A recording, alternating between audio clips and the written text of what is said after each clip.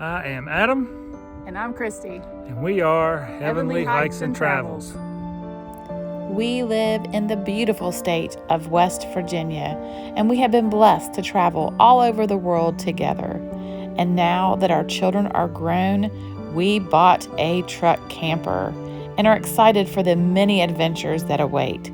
So come with us on all of our heavenly hikes and travels. All right, so we've complained about our Dometic refrigerator for some time, and the control board finally died in it, and so instead of fixing it, we just went ahead and got a new refrigerator. We got a Norcold DE105, which literally is the same size as what we took out footprint wise in the wall, but it runs off of DC and AC only. So it is a compressor fridge. There's no propane hookup for this refrigerator. So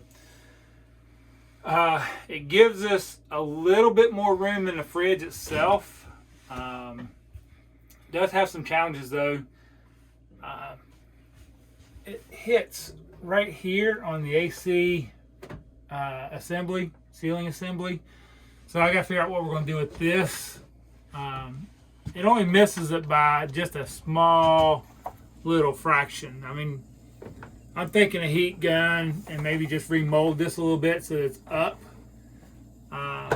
We don't use this part of the AC anyway. We can use the sides and the back diffusers to get air out. So probably best option at this point is to take a heat gun and just kind of push this up. It doesn't have to open up a whole lot. We don't need a lot of room to be able to open the freezer door. So if you've got an 825 and you're looking at changing out your Dometic fridge with something else, the Norcold refrigerator does fit DE105. So be sure you measure before you order. Once I got it all in, so we're actually getting it all out, there's 4 screws that held the Dometic in there. Getting it out wasn't that big of a chore. There is a sealant right here that I'll have to get out. We'll peel this out, clean it up, put a trim board in there. I'm going to take some angle brackets. I got to do some machine work, but the angle brackets will basically sit right there and they'll bolt the front of the fridge so that it doesn't slide out. I also put 2 angle brackets in the back and actually affixed them to the metal in the back, so there's really nowhere that this fridge is going to go. So in addition, to cut down on some of the airflow, because when we had the Dometic, the whole top end was open, and so there was a massive cold breeze that would blow in the wintertime. So I took some backer rod. You can get this at Lowe's, Home Depot, wherever, and just filled in the gaps on the bottom, and then this one side back here. This side fits pretty snug, so I'm not going to do anything with it.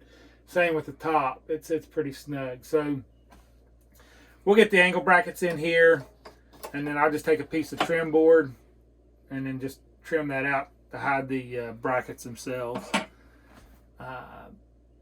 As far as the wiring goes, the 110 is a standard plug that plugs into the outlets back here that was already there for the Dometic, and then same with the DC. The wiring in the back's already there, so it wasn't no big deal getting it wired up. Pretty easy swap out. Hardest part was getting the Dometic out the door. The width of this is 20 3/4 inches. The door width, 20 3/4 inches. So it barely fits out, but I had to take the trim ring off of the Dometic to get it out. Kind of had to wrestle with it a little bit. So just keep that in mind if you go to change out your fridge. It's definitely deeper. It is definitely, yeah, this refrigerator is deeper for sure. And I really like that they have this lip on the wire racks. That hopefully will keep things from sliding out. But it's definitely deep. And the freezer is nice and deep as well.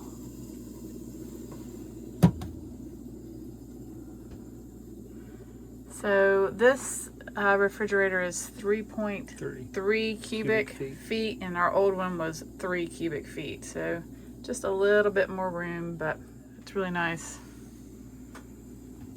Metal closures versus plastic on the Dometic. So instead of having plastic to hold the door closed, Norcold uses metal, not plastic. So we like it much better. Yeah. So you just pull down and Pull. there you go.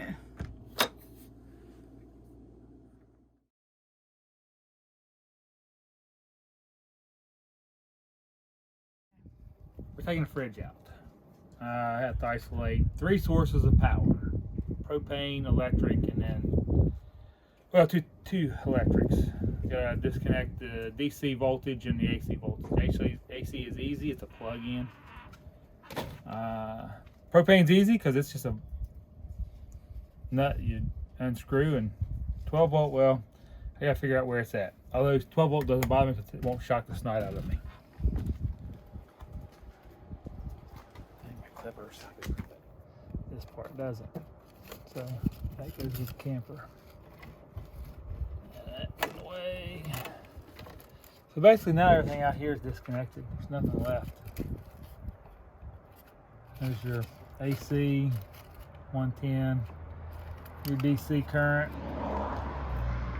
and then your propane supplies right there. So there's not anything wrapped around these plugs anywhere. Should be alright.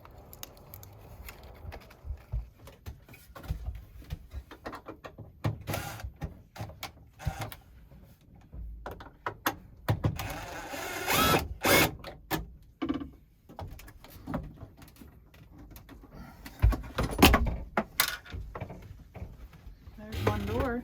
I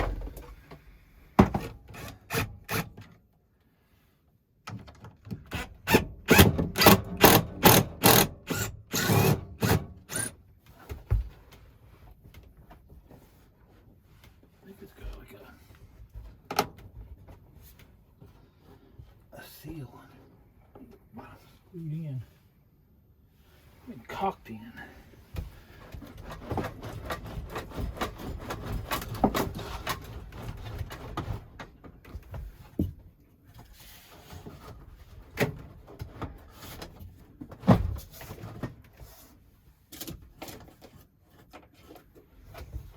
Oh boy.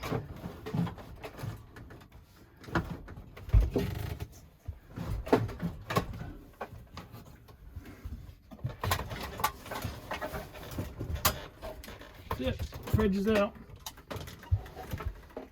Well, I am gonna sit there because I can't get it out by myself. He has to take the frame off to be able to get it out the door. Maybe more. I don't know.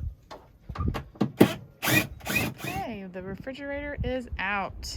Bella is checking it out. It's out in a lot of pieces. Well, and there's the empty hole.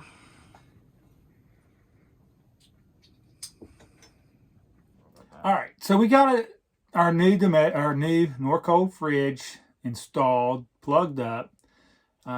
Need to run some baselines so that we know what the capabilities are with the solar that we've got, the lithium batteries we've got, and not being plugged in. Because a lot of our camping we do is boondocking. We don't necessarily find a campground that we can plug into. Sometimes we just, wherever we're at is where we're at.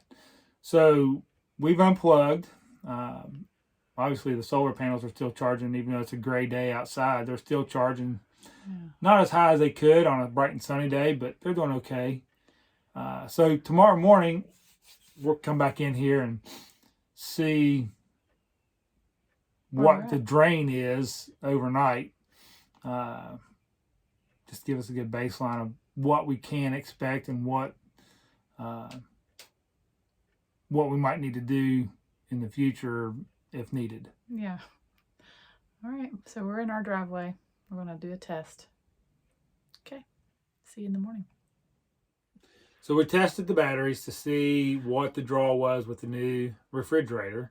Since it does run off DC and AC, and obviously for boondocking it'll be DC, to see what the capacity on our, we've only got 200 amp batteries, so those 200 amp batteries is more than enough for what we need. So it's like 2:30 the following day, and last night they dropped. This morning I checked, it was, the batteries had dropped down to about 73%, and they're already back up to 100% with the solar panels. So that's pretty awesome.